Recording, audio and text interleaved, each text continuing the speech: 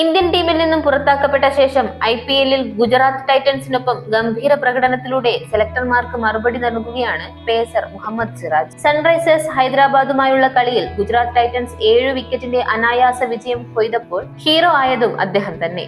ബാറ്റിംഗിൽ നായകൻ ശുഭ്മൻ ഗിൽ 61 റൺസോടെ കസറിയിരുന്നുവെങ്കിലും കളിയിലെ ഏറ്റവും മൂല്യമേറിയ താരം സിറാജ് തന്നെയായിരുന്നു. കഴിഞ്ഞ IPL-നു പിന്നാലെ റോയൽ ചലഞ്ചേഴ്സ് ബംഗളൂരു കൈവിട്ടതോടെയാണ് മെഗാലയലത്തിൽ മുഹമ്മദ് സിറാജ് ഗുജറാത്ത് ടൈറ്റൻസിന്റെ ഭാഗമായത്. ഇതിനുശേഷം കരിയർ ബെസ്റ്റ് പ്രകടനത്തിലൂടെ RCBയുടെ തീരുമാനം മണ്ടത്തരമായിരുന്നുവെന്ന് അദ്ദേഹം വീണ്ടും തെളിയിക്കുകയാണ്.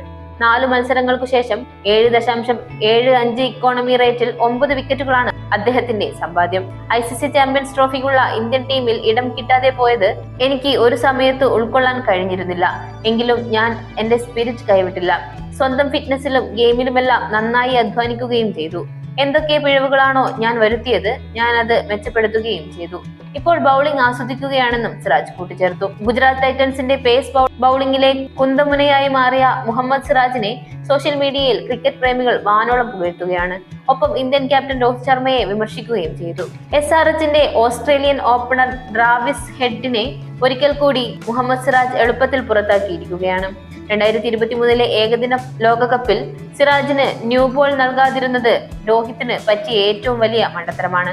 അദ്ദേഹം അങ്ങനെ ചെയ്തിരുന്നെങ്കിൽ ട്രാവിസ് ഹെഡിനെ സിറാജ് പുറത്താക്കുകയും മത്സരഫലം മറ്റൊന്ന് ആവുമായിരുന്നുവെന്നും ആരാധകർ ചൂണ്ടിക്കാട്ടുന്നു.